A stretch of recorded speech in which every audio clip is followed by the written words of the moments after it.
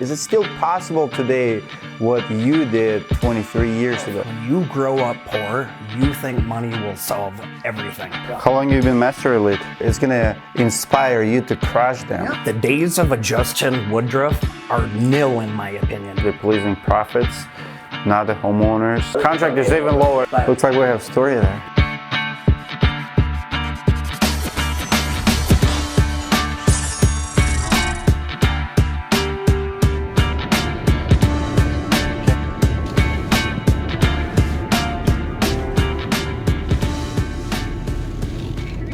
A couple of weeks ago, I announced that I'm selling my roofing business because we started a directory, and finally I started recognizing my local contractors in Minneapolis. I've been looking for good guys to endorse, to highlight on the channel, and this is my first guest, Ryan, NexGen Exterior. So never been in his office before. We've been friends on Facebook for how long?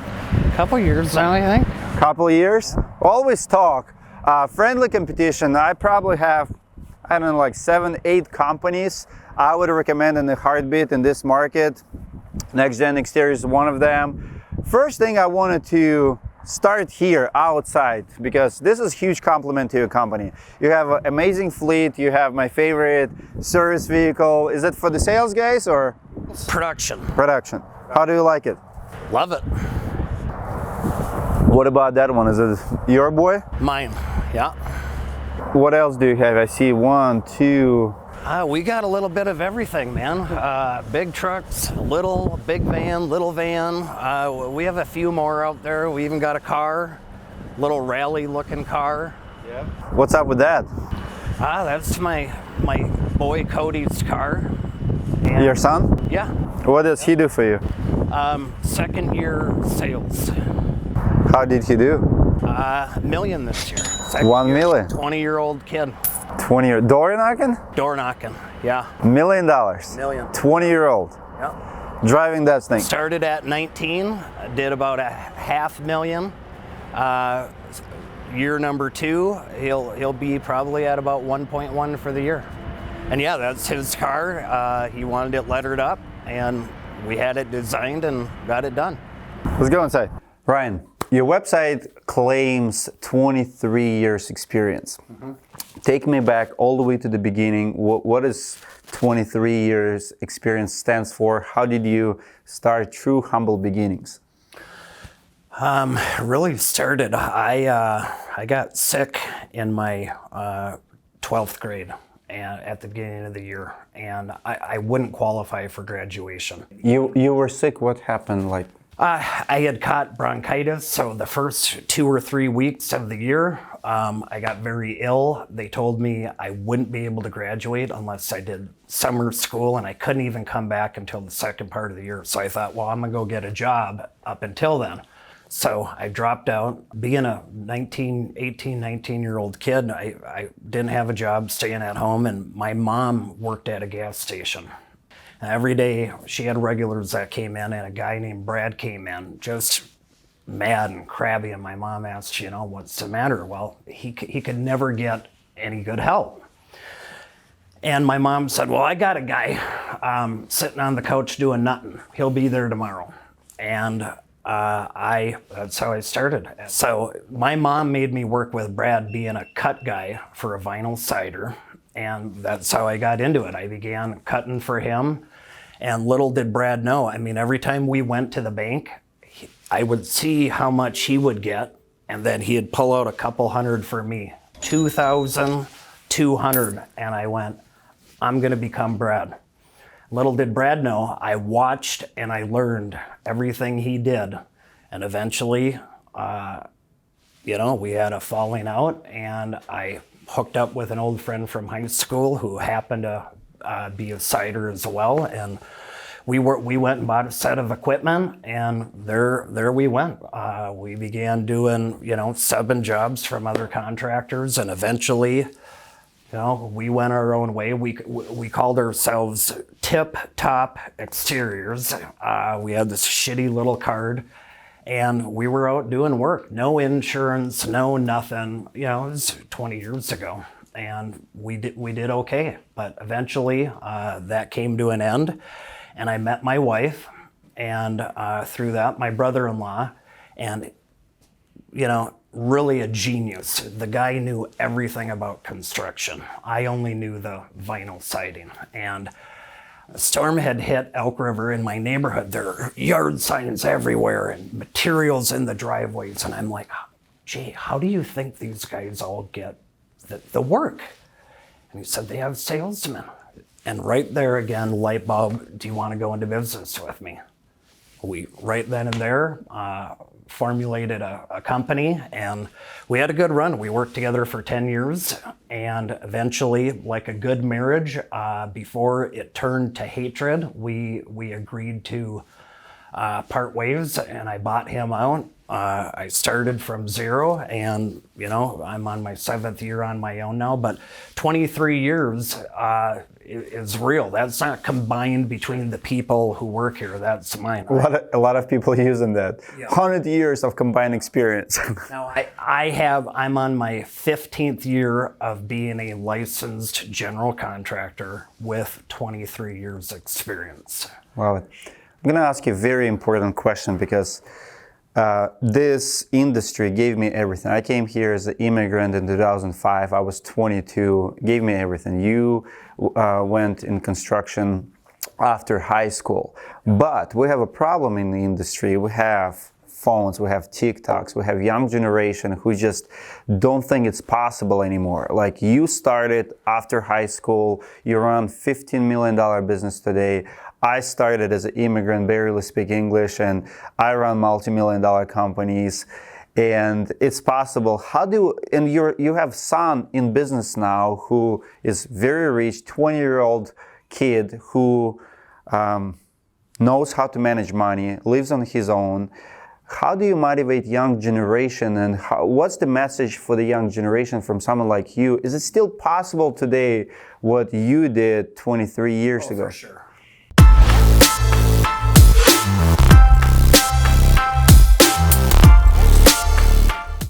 I know you guys enjoying this video like I do, love company tours, but as always, with respect to companies who open doors to Roofing Insights, we're trying to protect their market positioning, and we don't want them to educate their competition. So for that reason, we upload full interviews to our roofing school. You can check it out at roofing-school.com. We always keep the most secret content from YouTube. The reason is very simple. We want to respect the companies who respect us. If you're in business and you want to learn more from Gen X, if you want to learn how they get their jobs, their marketing budget, what exactly what they're doing to get those jobs, how much they're paying their sales guys, how they pay their sales guys, all the private information is available at roofing-school.com. You can try it for a month. If you don't like it, no sign-up fees, no cancellation fees, just try it.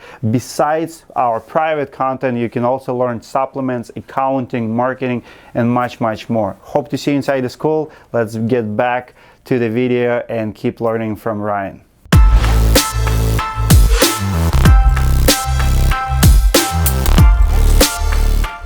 For sure, but what is your why? For me, it was all about becoming rich. When you grow up poor, you think money will solve everything.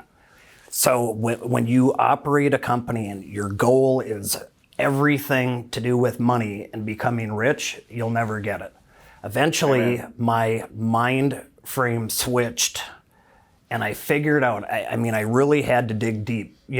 I like nice stuff, don't get me wrong. I have a cool truck, I have a nice home, I like to collect certain things.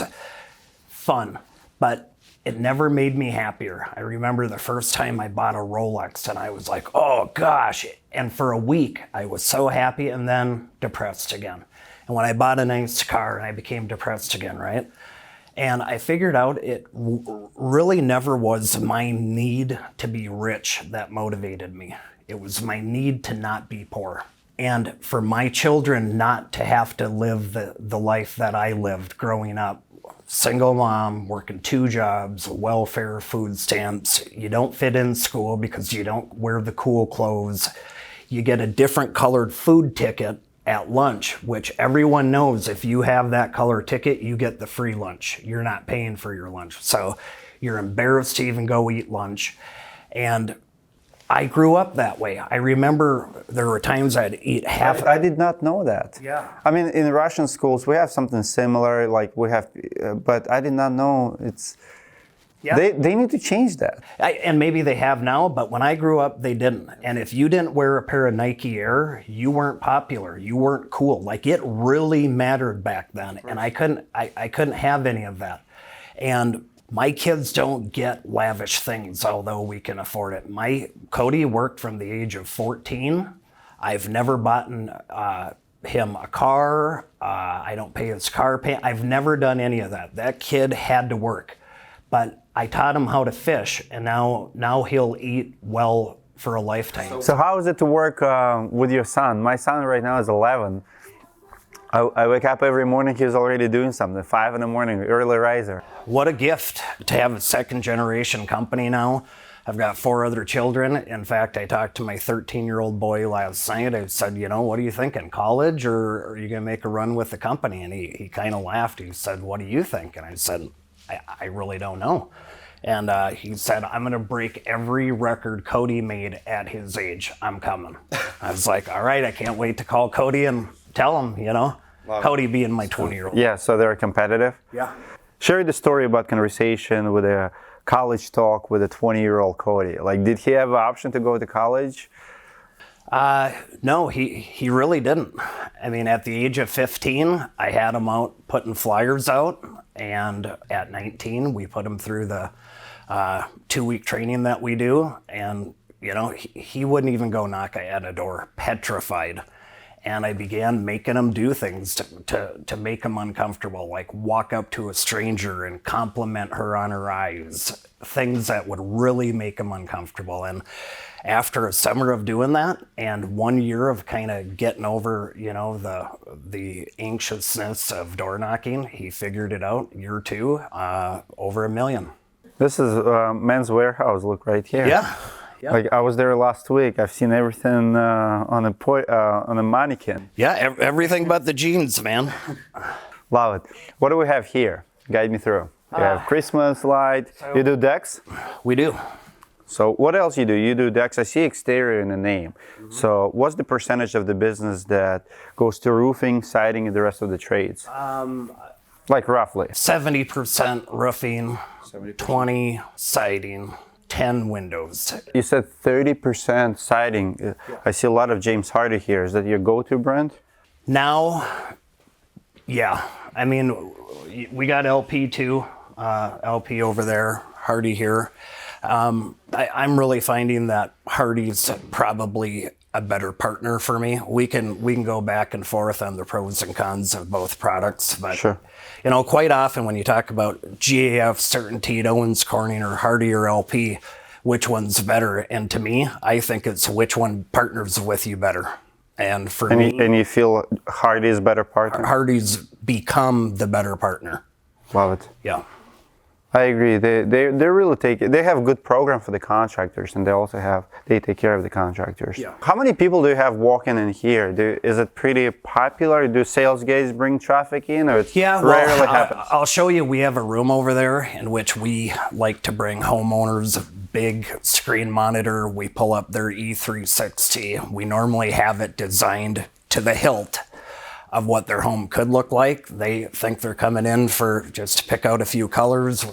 All of a sudden they see their dream home, and a couple clicks of a button, we can change a few things, and now hopefully they're walking out with a big upgrade. Oh wow, this where you bring homeowners? Yeah, and where we have company team meetings. We can fit a pretty big group in here, but yeah, we get a homeowner in here, we throw up the monitor, and we already have their property designed, and we have financing paperwork ready to go, and we have all the numbers figured out on what them upgrades would run, and yeah, good little meeting room. Very impressive, love it. What is this? Is this hardwood floors or just pine? Is it tongue and groove? I I'm not sure, to be honest with you. Sean, my VP, picked it out and had our ciders put it up, actually. Nice. Yeah, it turned out good. That's good. Yeah. So what made you change? So you start making money, like how did you change your why? How can someone in our audience change their why? Because I see a lot of money-driven people, something we do talk a lot at Roofing Insights. Yeah. Like I work with people who are purpose-driven versus money-driven, but how you become purpose-driven, how you redefine your why? Well, for me, my fear became my biggest motivator to even get into the industry. But then when my partner and I left, I felt like a cat in water. Now remember, this is my brother-in-law. I'm married to his sister. You can imagine the dynamic there. You got half the family, probably. I'm more of the brash guy. He's more of the does no wrong type guy. And one of us may fail, one of us may do very good. I now have 5 kids. At the time I had 3. I had a mortgage payment. Like it was literally my life on the line. And I don't know, some people when their back's against the wall, they crumble under that, and other people come out swinging. People need to know that it's not everybody's journey to have what I have. You know how many people come through my door and think they can be me? They're probably smarter than me. They probably have a much better start in life than me. But they're not going to be me no matter what. Certain things aren't in the cards for certain people. So, but I think you can be motivated today, but you have to be willing to do any and everything, no matter what. And I've gone through a lot of ups and downs, and I've never quit. But the biggest thing I figured out along the way was how to treat people. If people were to come to me and go, man, how did you came from no money, poor, single parents, no education. I didn't have a loan. I've never worked for any other company. All these guys coming into companies today who then go start, they at least had a foundation of what to copy, what to take. They can steal our contract. They can get a marketing folder like mine. Everyone knows how to letter up their truck and get an embroidered shirt. But I didn't have anyone to learn that from. I had to learn that all. And, you know, I think that you have to have a mentor, or you have to either have started out installing for a minimum of 3 to 5 years or selling for a company for 3 to 5 years. The days of a Justin Woodruff and the likelihood of repeating what he did without the background of one of them two are nil in my opinion. Now he'll go and tell you, and I love you, Justin, and I'm proud of you, buddy, but being a realist, I don't think most people will ever be able to come up the way he did or that quickly. Look, when you start out, you got to do everything. We talked about it earlier. You got to do the production, the sales, the money. You have to become an apprentice first. Yeah, so now eventually you're going to have to hire people. You're going to have to delegate. And if you don't even fully understand how a roof gets installed, how are you going to teach people that? If you don't understand how to make a sale. Well, you can hire a partner up with someone who can. But can you partner up with 5 different people? Because there are 5 different key pivotal foundation 100%. that you got to have. And, you know, you got to really, the second biggest thing, I learned how to treat people fairly, create opportunities for them. And I believe if you get people to love you, they will do anything for you. Second thing I learned was how to manage money. When you grow up poor and you become a spender. When I tell you what, I wanted the big truck and the big mansion. I wanted all of that. And for 10 years, I chased my tail trying to get it, and I got none of it. The minute I quit focusing on money is when I began making money. That's my office in there. Yeah, nothing too impressive.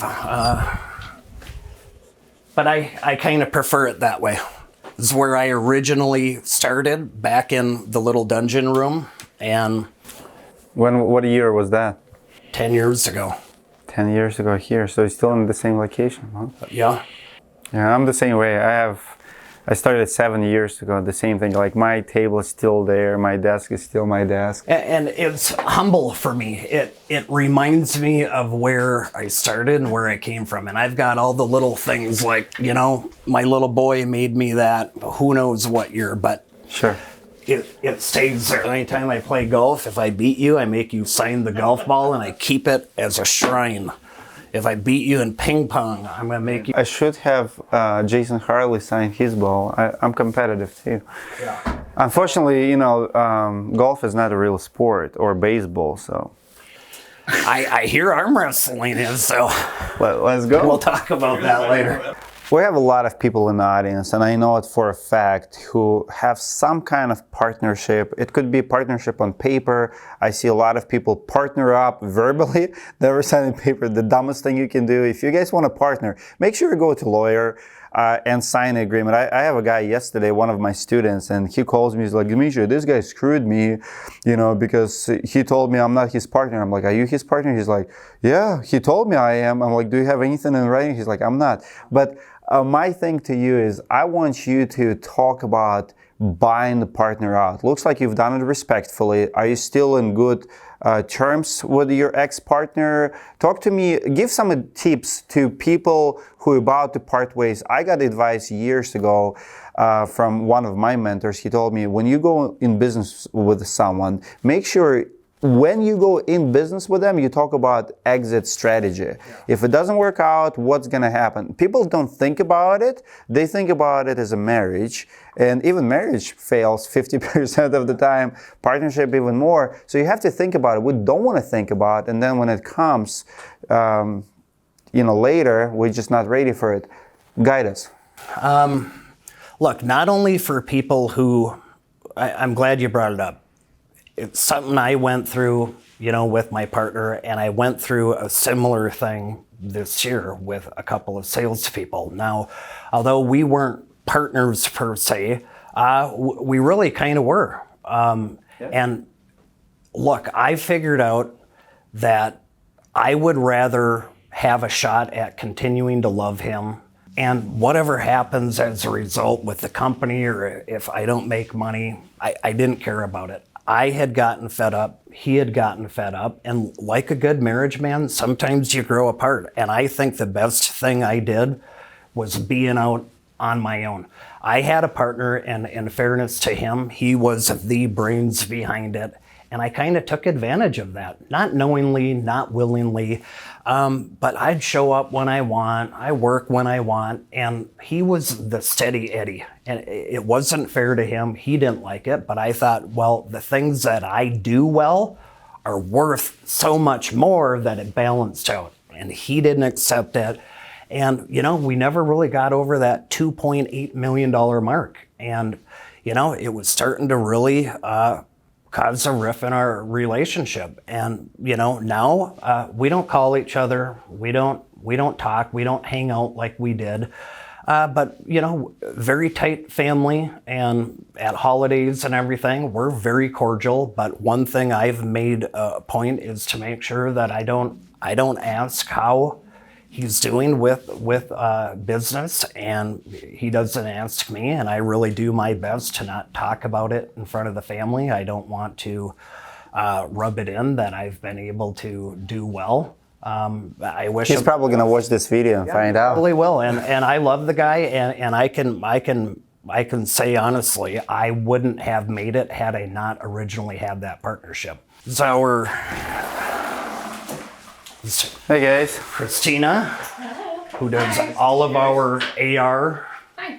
Amanda over here is our full-time communications manager and our marketing manager, handles all of our trade show stuff, and she handles all the day-to-day communication. I'm huge on communication, and when you run as much work as we do, she communicates with every sales rep probably once a week on every file.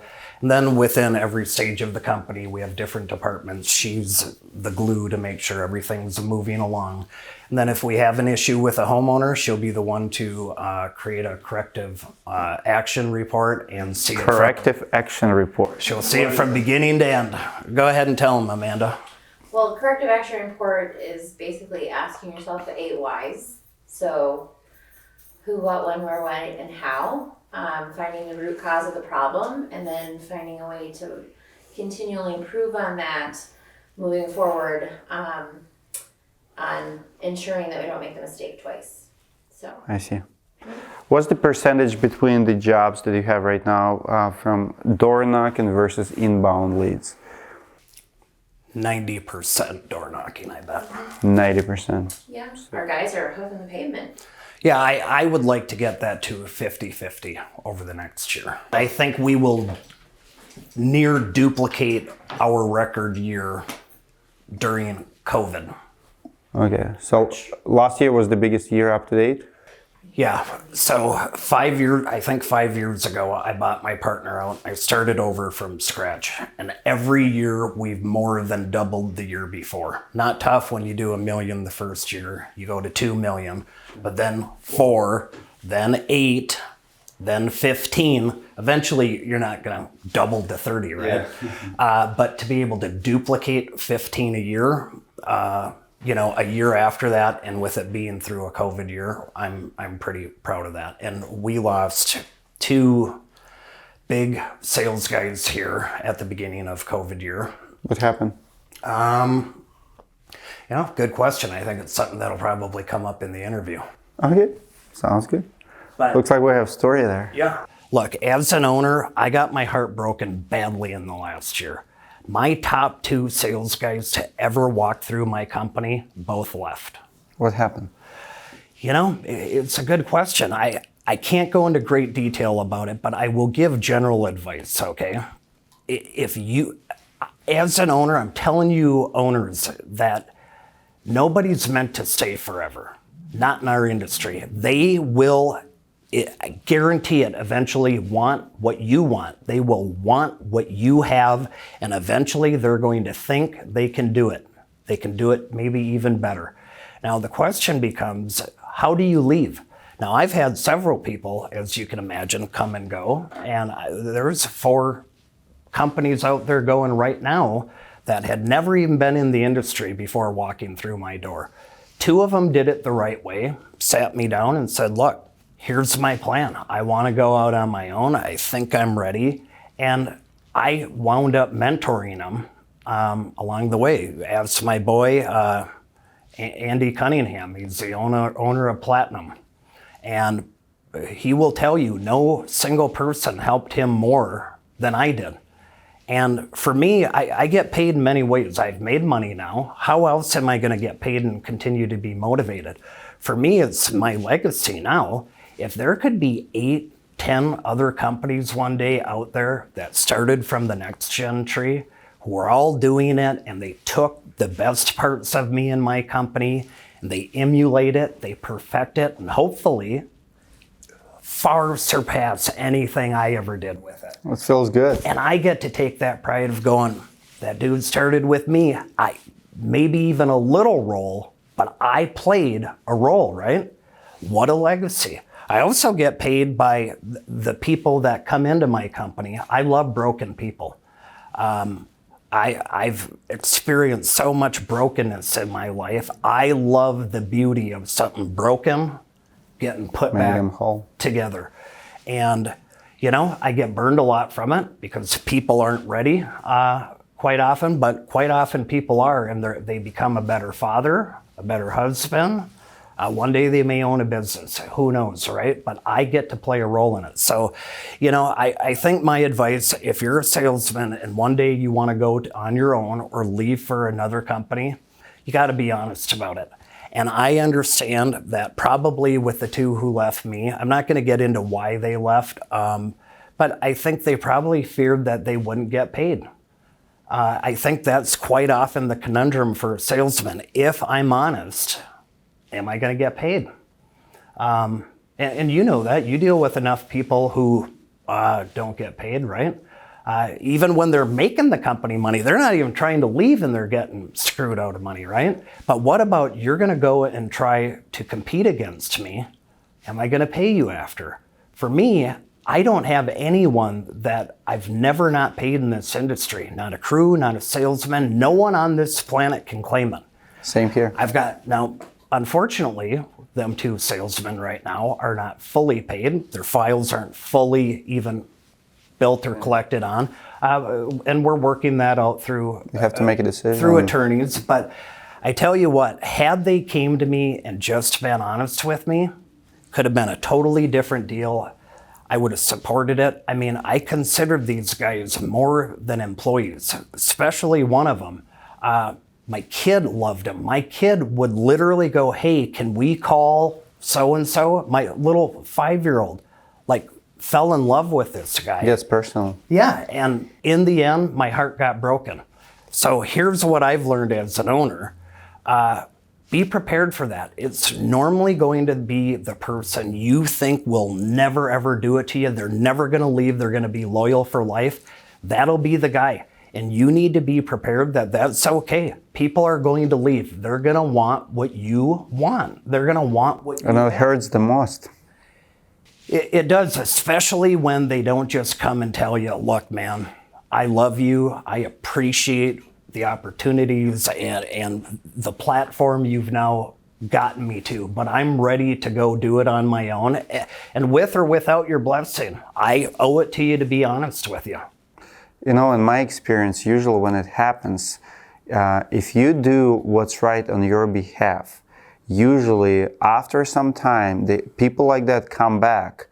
And I have several people who left me, and then a year or 2 later, they come back and they apologize. They trying to make, hey, I apologize how I left. And usually, if it doesn't escalate, if no bridges burn on your behalf, if it's just them leaving, they usually come back. They know what they've done. I hope that'll happen. I got a gal who worked here for about 1.5 years. Again, knew nothing about the industry. Very quickly, we helped her learn a lot, put her through Xactimate training, gave her a full-time supplementing job. I mean, her first year, she probably made, going from waitressing type money or not a high income to making 150 grand her first year. And then again, I find out through an affiliate of mine, someone in the industry, that she's going to be leaving and starting her own company. And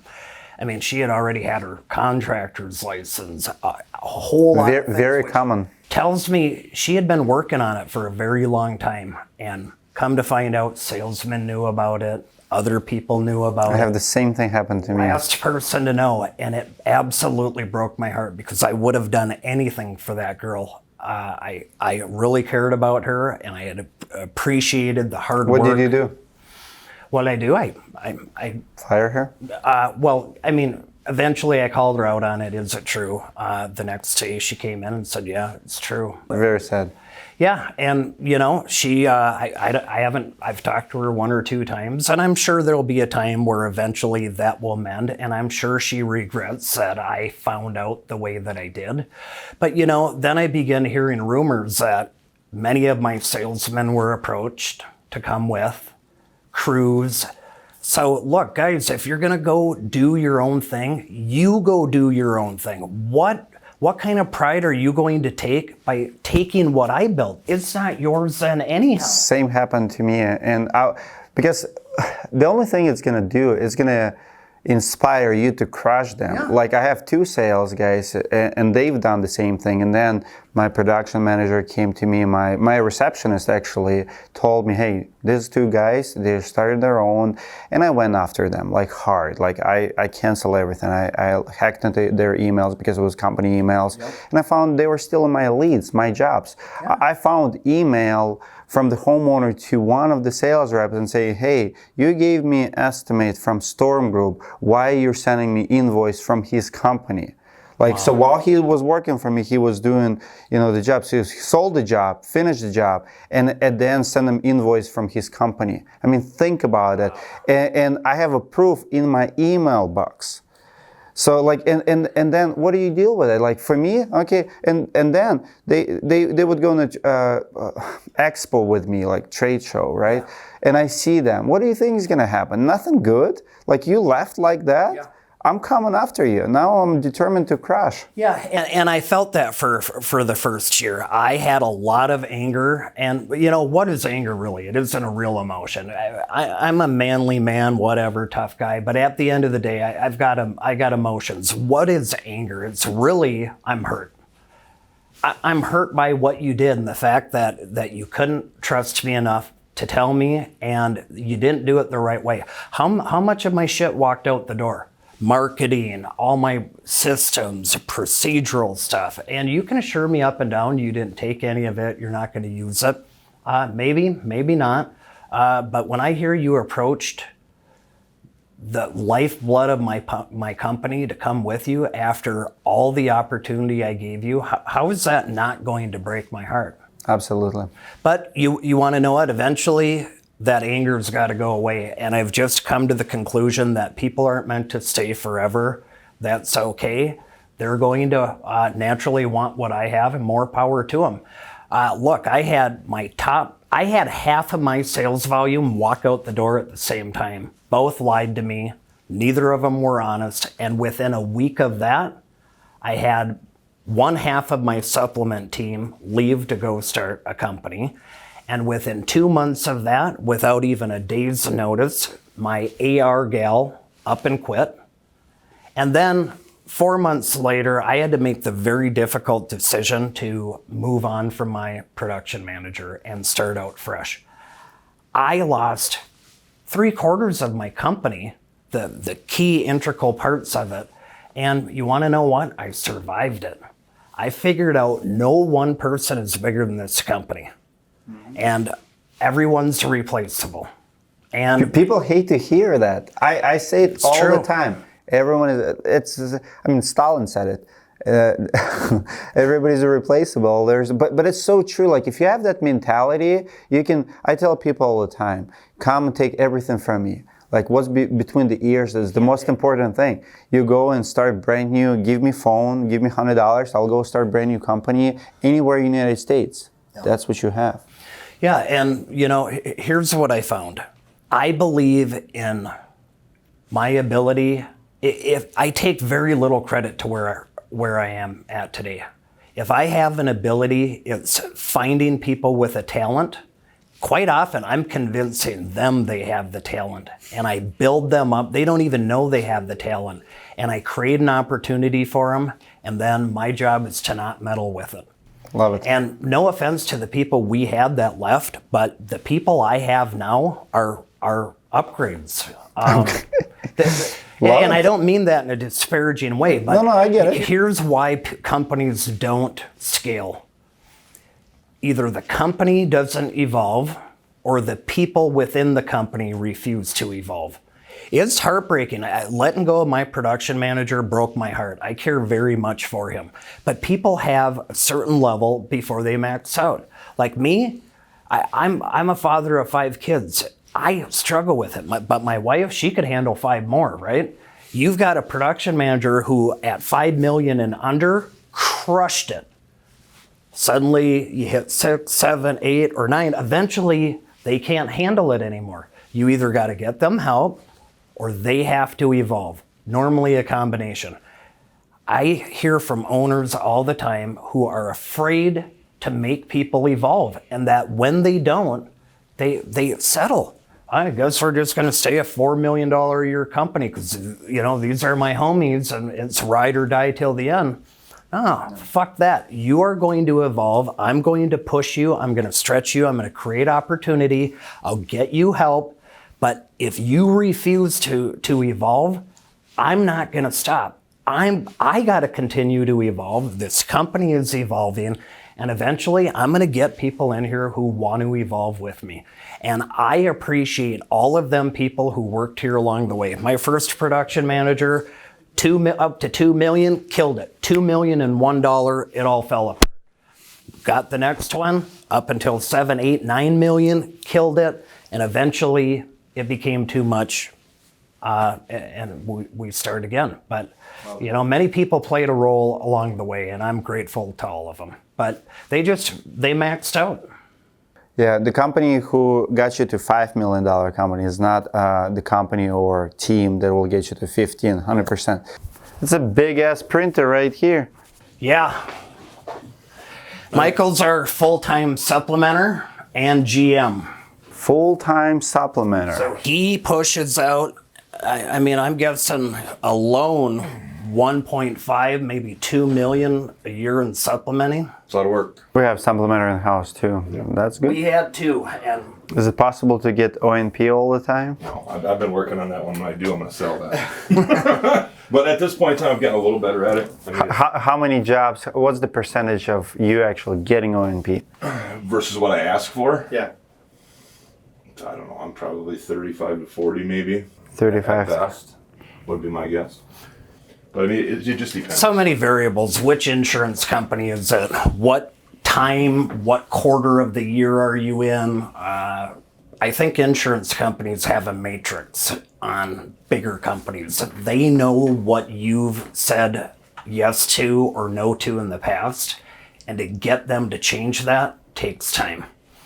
You know, for years, if they said, "Oh no, we don't pay for that," we'd go, "Oh well, they don't pay for it," and we didn't fight it too hard. Now we're fighting for every nickel on every file. What's the best insurance company to work with in Minnesota? Chubb. Second best. What do you think? Cincinnati used to be really good. I mean, they buy everything. It's just they're working on that Symbility program that I think is kind of a flawed system. You know, they give you a little less rice and water. And, I mean, any penny that those guys can save on the volume of claims that they do on a yearly basis adds up. So, what happened to USSA, you think? They used to be pretty They good. used to be my favorite. And then they're right there with everybody else.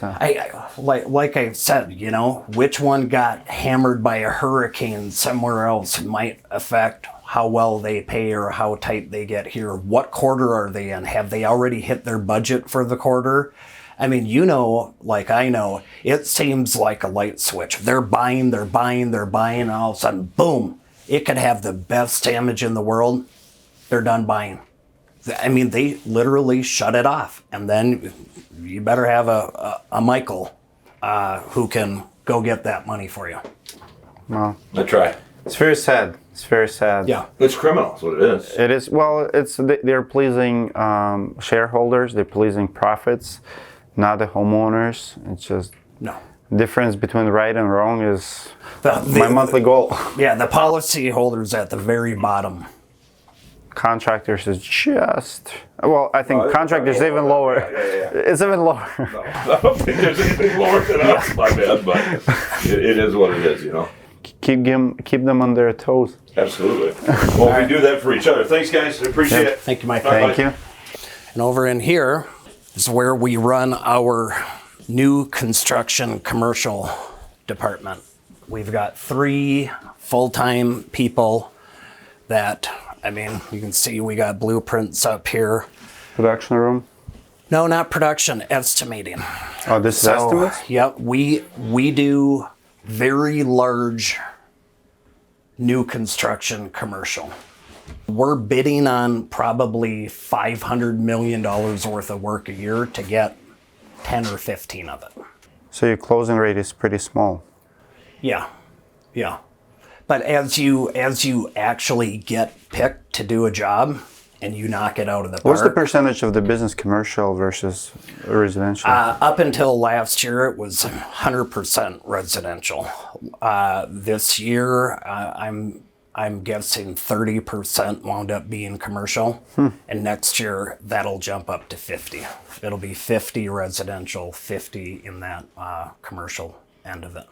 How do you make money? Like, You know, on a $4 million job at 25%, still pretty profitable. sure. You know, it's not, If you can do 25% on new construction, that's impressive. yeah, they range between 20 and 30, depending on the job. But I mean, if Some people cannot do it in the residential retail. Like, right, it's good numbers. yeah, Got it. yeah. So for those of you who watches this interview after 2020, somewhere in the future, I want to make public announcement. So this is end of 2020, crazy year. You probably want to forget about it, never remember it. But you did $15 million in 2020. So my question is, how did you do it? How did the COVID-19 year affect you? A lot of you guys gave up, throw the towel, like, I'm done with it. You absolutely crushed it. Good year. Second year in a row you did 15 million. Congrats. So COVID did not affect you. What did you do different, and what was it for you? We didn't panic. We didn't panic. No matter what. Look, you lose a sales guy, someone quits, someone's going into competition. I don't panic. And I'll tell you, when we hit our first $15 million year, last year, I was so high. And now half my company, the very next year, they're walking out the door. My heart's broken. I'm depressed. I'm wondering what I'm going to do. And then COVID, and I got so low. And now I'm like water. I'm not too high. If I learned anything from having the best year ever to one of my hardest years ever, it's never get too high, never get too low. Be ever flowing like water. And that's what we did. We were resilient, and we did it the old-fashioned way. We went out, we got our hands dirty, and we went knocking doors. 85% of what we did came from knocking doors and getting out and talking to people. Was it harder knocking doors this year? Or? Oh yeah, people are, especially at the beginning, they don't want you at their door. They think you got the plague. People were not very friendly, I'll tell you that. But you keep at it. And so many other people weren't outdoor knocking that not a lot of competition out there. Many people figured, well, gee, I'm not going to go knock on a door right now. No one's going to answer. No one's going to meet with me. And we found out that they were eventually they became very open to sitting down, but a lot of it might be over the phone, a lot of it might be outside at one end of the picnic table, you're at the other. But we figured it out, and we're going to be near duplicating what we did in 19. Here's where we keep all of our home show giveaway stuff. Do they do home shows this year, or all canceled? They're kind of up in the air. We do the 5 big ones, and that's it. What's your best practice at a home show that you do? Do you do giveaways? How do you engage?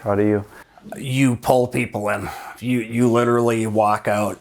To them? You even be goofy about it. You might just even point at them and go, hey, stop. And you walk out and you have a conversation. What brings you to the home show? Love it. Yeah.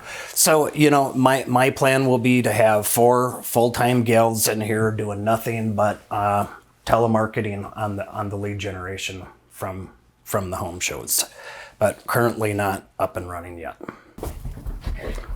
Now the smallest part, the warehouse. How you guys doing? Good. So typical warehouse, part of doing that new construction commercial work to make it profitable, we take... Saving everything? Well, we take inventory and hold it. Like, we might buy 4 pallets of ice and water shield and we'll deliver it to the job. Of course. Makes perfect sense. Sometimes we have to buy it in bulk to be able to hit that 25% profit margin we're looking for. Yep, awesome. All right, one more over here. Oh, you have another warehouse? Yeah. This is you? No. It's competition. Competition. Not much. Not much. Oh, that's where the toys are. Of course. That's not mine, but if it's in my shop, it could be. Do they have keys laying around? I wish, jeez. Well, let's test I've never seen it before. Why this is in your face? I don't know. So here's more of our commercial maintenance bay. Again, we've got an area upstairs too where we can stock quite a bit. Oh, nice. This is production area right here. Here's where we run all of our production. I love this. I love organization. I'm a big systems guy. They're a pain in the ass to create. I hate going through the process, but once you do, you can begin to do volume. You got doors, metal roofs, service work. Everything's got a place. What CRM do you use? JP, Job Progress. Job Progress. Yeah. Love it. And we run the commercial and residential off of that. How many full-time employees on a payroll do you have? Like roughly? 10 or 12. And most of it is probably production office. Yeah, all of it. And then we, on average, have 10 full-time sales reps that are 1099. What's funny, on Facebook, in some markets, people always say like, oh, it's not competitive, Minnesota. Dallas competitive, Colorado is competitive. And we have like 5 companies in my building, like in here, like everywhere you go in the world, and especially in the United States, like for roofing, it's freaking competitive.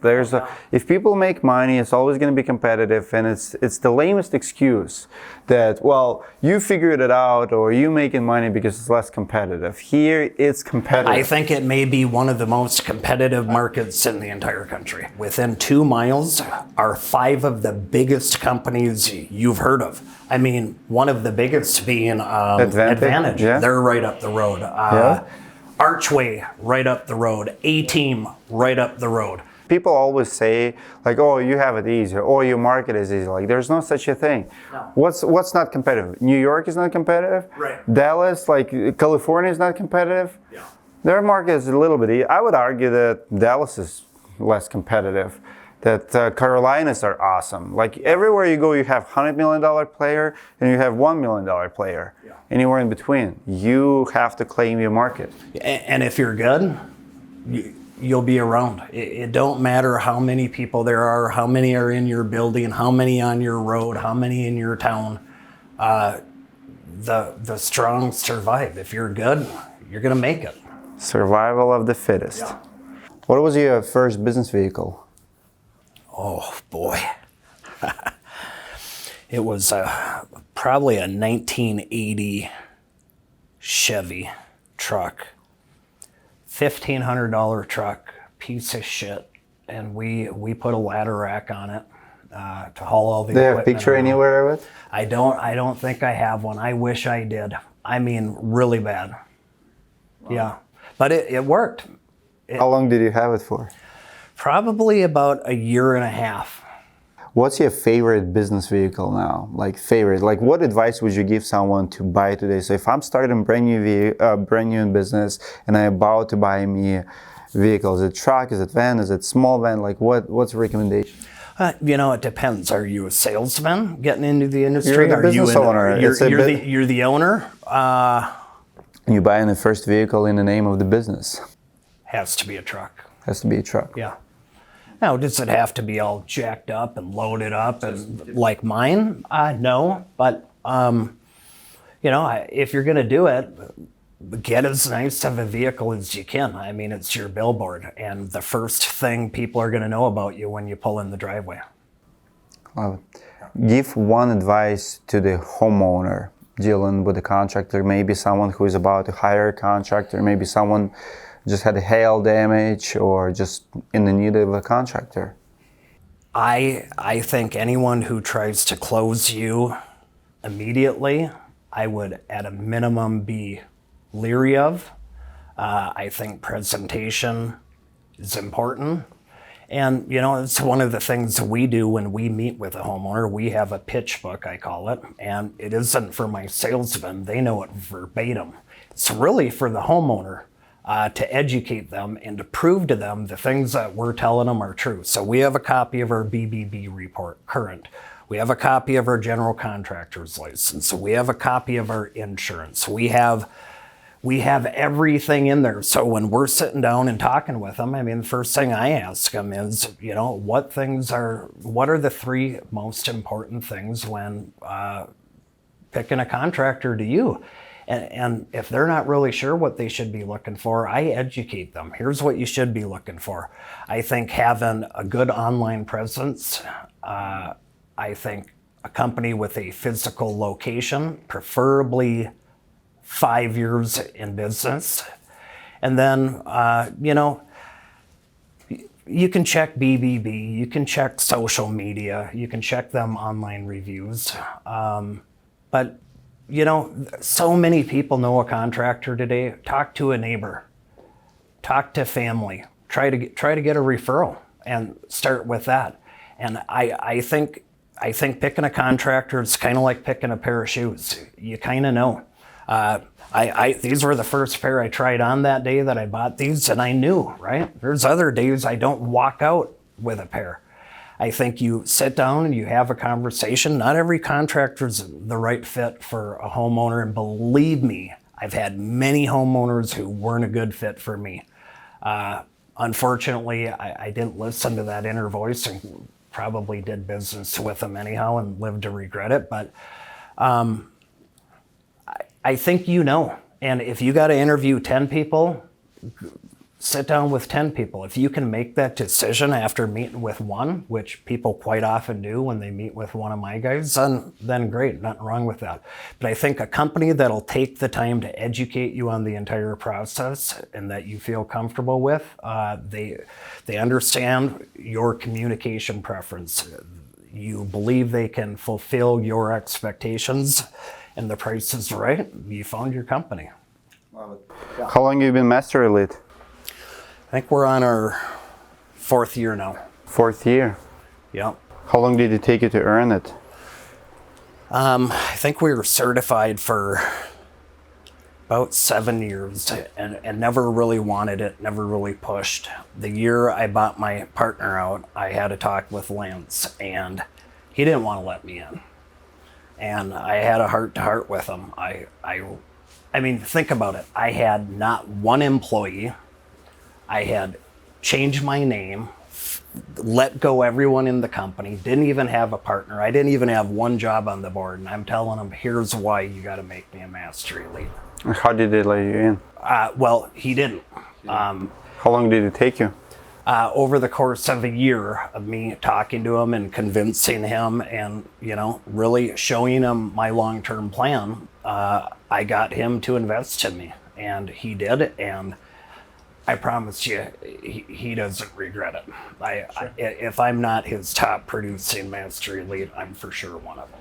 But we, year one qualified for Triple Excellence Award our very first year. We've hit it every year that we've been in the program. And, we're now a 2-star. What's going on here? There's like a call center. This is where we've got another full-time commercial takeoff guy up here. And then we've got one open here that will probably get filled when we hire another supplementer. Man, I'm so excited about your son. It's so cool to have son in business who's doing well. Yeah, and he never did good in school. He didn't do bad. Never been in trouble with the law, never got in a fight, never smoked, never drank, but never motivated either. And motivated now? He's going to own my company one day. Would be the plan. Unless your 13-year-old will take that. Well, right. or they'll each own a chunk of it. They'll find their own niche within the company and they'll each get, a pie and dad can retire. But Cody's already figured out how to manage money. At the age of 20, that kid's got over $100,000 in the bank and he started out broke at 18. And he's probably owed yet another 150 from the company and has over $100,000 cash put away. Love it. Yeah. Why are you not paying him 150? It takes time. He gets it when I get it. When they come in, I cap them out. But he's probably got $500,000 in the pipeline that not ready to pay out yet. Good for you guys. Good for you. I like to hear stories like this. I like how you keep employees' rights all the way in the smallest room, all the way upstairs. We got them downstairs too. I've got them everywhere, just in case I ever get raided. I can say, no, I had them here, there, I had them all over. Last one. Give one advice to brand new business owner. Brand new, just one on his own.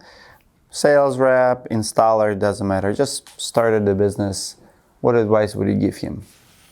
You have to find a mentor, number one. Even me, I have to have a mentor. I'm a mentor to many, many people. Some of the people I've never even met through online and Facebook.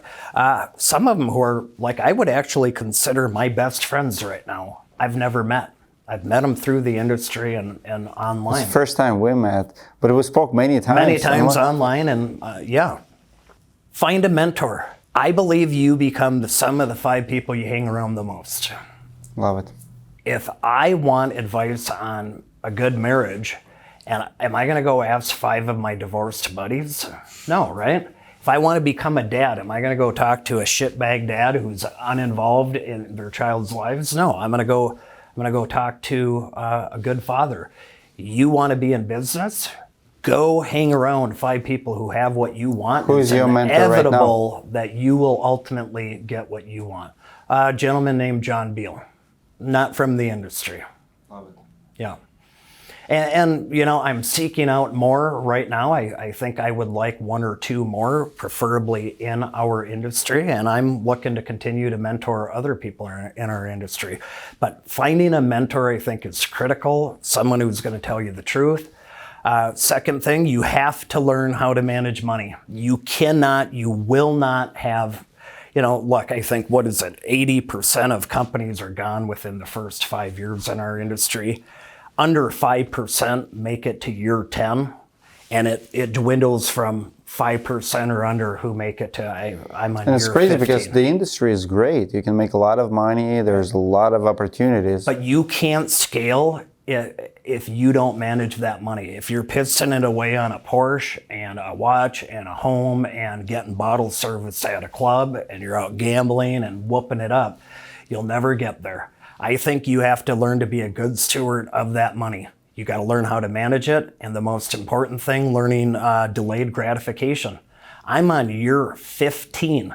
I have not owned a brand new vehicle that entire time. I haven't owned a brand new home that entire time. I continue to roll that money into, okay, that's 2 more trucks, it's 1 more employee, it's, you know, you took a tour, 1 more bay we're going to take over in the building. I continue to invest it. I know my gratification is coming down the road. And I'm going to continue I take the same paycheck every month, Dimitri, whether there's $1 million that came through the door that month or not. Same humble paycheck. I won't tell you what it is, but you might be surprised at how low it is. Yeah, no, I'm the same way. I agree with it 100%. And, you know, occasionally I might need a little draw, but... Little bonus. Yeah. But otherwise, I reinvest in my company. So understanding that you can't take that money and see it as yours. Then you got to rob Peter to pay Paul. Don't do that. Wait, your time is coming.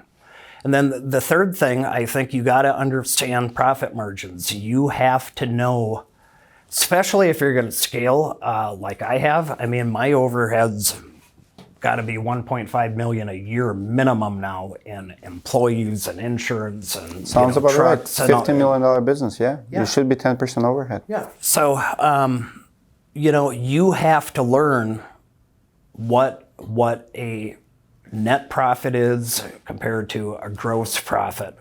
Not just on a sale, but how much of that is your overhead. It doesn't matter if you bring in $50 million a year. If you're making 3% at the end of it, you're not going to survive, right? Yeah. I mean, ideally, you know, at the beginning, you're going to make 40% on every job. You're the only person to pay. You're working out of your house. But eventually, when you get to where I'm at, you're looking at 8 to 12% if you're running a very, very profitable business. I know people that are making 5 net at the end of the day. Sometimes less. Yeah, and you know, we're running 8 to 12. Love it. Yeah. Thank you so much for your time, for your openness. I wish you best of luck. And guys, if you have any questions how to contact Ryan, I'm going to put his and his company information in the description below. Yeah, reach out to me. Love to help. He would be a good mentor to someone who's just getting started. Very conservative, very clean business. We don't recommend bad ones. And what you have here is amazing because you have a track record, and a lot of people out there who's trying to teach, they have a track record that's horrible. They failed their businesses, and now they want to mentor people. And those people will never be mentioned on the Roofing Insights. Well, and I'm not looking to become a you or, we all know the big names out there that are running seminars and stuff. I think in my future, I might be on a stage. I could envision maybe teaching a little breakout session. At the Roofing Process Something like Conference. that, but I'm never going to come out with a course. I'm never going to come out with a book I'm going to try to sell. I'm pretty real. And look, even with you, I think you've known me to be brutally honest. There are many of the things that I agree with you on, but there's been times that I haven't. I give my opinion, but I do it respectfully. But yeah, if anyone needs any help, reach out, and if I can, I will. All right, guys. Give this interview a like if you enjoyed it. I'll see you guys in the next video. Let go, and that's when we go. How often does he wrestle? Is it pretty? Is this gonna be sturdy? Oh, Is this gonna work? I don't want to. Oh, look at him. He's really ready for this. Okay. 3, 2, 1, wrestle!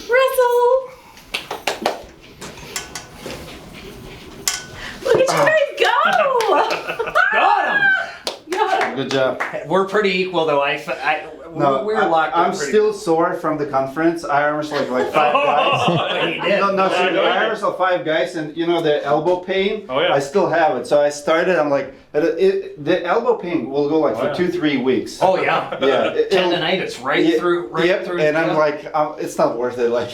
Yeah, you just gotta let go. Yeah. I think if you were healthy, we'd be pretty. No. You're good. You're strong. So I remember this pain. Sometimes it goes to like you get like Advil. You get like pain. But, yeah. I just wanna. I'll do this. Got him. So here, let me see your forearms once. You got massive forearms. No, look at yours. But yeah, mine are. Yeah, yours are big. Mine is. Do you see this? I did not have this bubble up until like a year ago. I arm wrestled a guy at the bar, and I heard the loud pop. Like, and this bubble came in. Then we did left one. Did the same one on the left one. And ever since, like, I just started doing it, and it's just painful. I dropped. I had buddies. I used to be really little, and I had buddies who would bring me into bars with, big truckers and bikers, and we'd do it for money. And we'd have to run out of the bar like they didn't see it coming. I've been beaten by 2 people in my life. Wow. So I thought you might be the third, but no. And I'm just getting into it. I love it. I enjoy it. But I do CrossFit, and I cannot stand the pain because after arm wrestling, I cannot do jerks. I can do others, and that's important. Okay, I'll give you 2 tips. I got taught by a world champion. Sure. 2 things. So lock up. Number 1. Yep. If you can pull in. Yeah. I know all the gigs, and I do it all the time. How about this? Try to break my wrist now. Even from right here, you see what I did? What do you mean? How I curled over your thumb? Mm-hmm. Did he go over the top on you? Try to break that lock. I'm not even trying. In fact, see now you're starting to get it locked too and start going back. But see, you can't break that lock. The table. Yep. So if you go as far over as you can. Now look at stand still. Now I can't beat you. Now I'm going and I can't break it. I see. Have you seen the movie Over the Top? Yeah. Yeah. It's. Yeah. Well, and I have very strong back, so if when you start, like you go back, it's all for the inches. Like you close back and then you go with the shoulder. Yeah. I know the techniques. It's a willpower, and is it worth it? Sometimes you just like, do you want that pain? I've had 3 months of pure pain. I know. As a result. And I'm like.